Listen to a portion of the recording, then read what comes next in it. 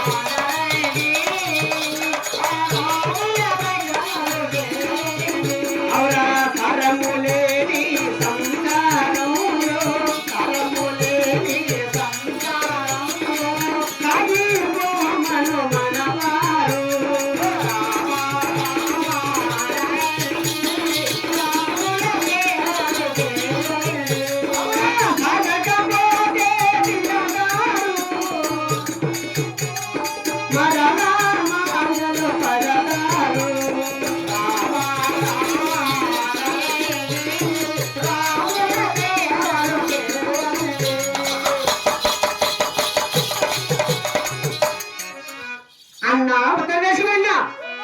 రాండు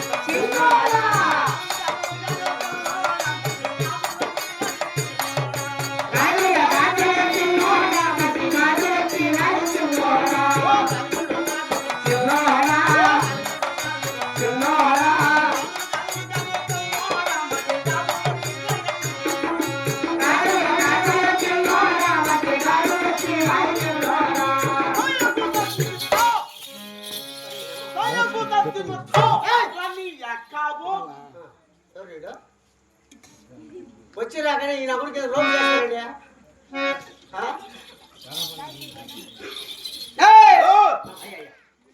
ఏమంత దర్బార్ మీద వచ్చినావే ఏమంటావు గాజులు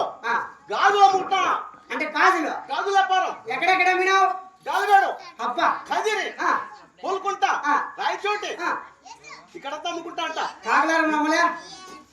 ఖాళీ చేసా ఏమట్లా ఓ మా శానాలు ఖాళీ చేసి అవునా పోయిన సంవత్సరం వినాయక చవితి కూడా ఆడే ఉంటుంది కదా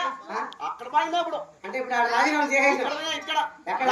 పక్కన శిష్యా నక్షత్రంగా ఆడి చేరిన సరే కానీ కాదే మగానికి ఆడిన బొట్టు ఎర్ర బొట్టు పెట్టుకుంటారు కానీ ఏది తల బొట్టు మొడమ బొట్టు పెట్టుకుని వచ్చేవే ఇది పేరల్లవలి పేరలో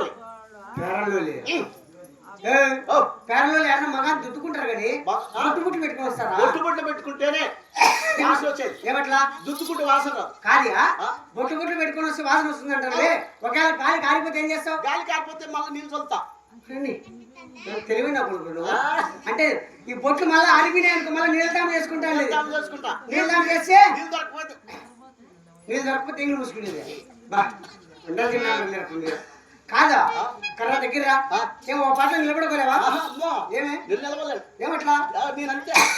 సరే కానీ నీ పేరేం పేరు నా పేరు పొరపాటు పడినది నీ పేరున్నా నా పేరేను నీ పేరు మీ అమ్మ తినమను మీ నాయన తినమను నీ పిల్లాన్ని తినమను నీ బిడ్డలు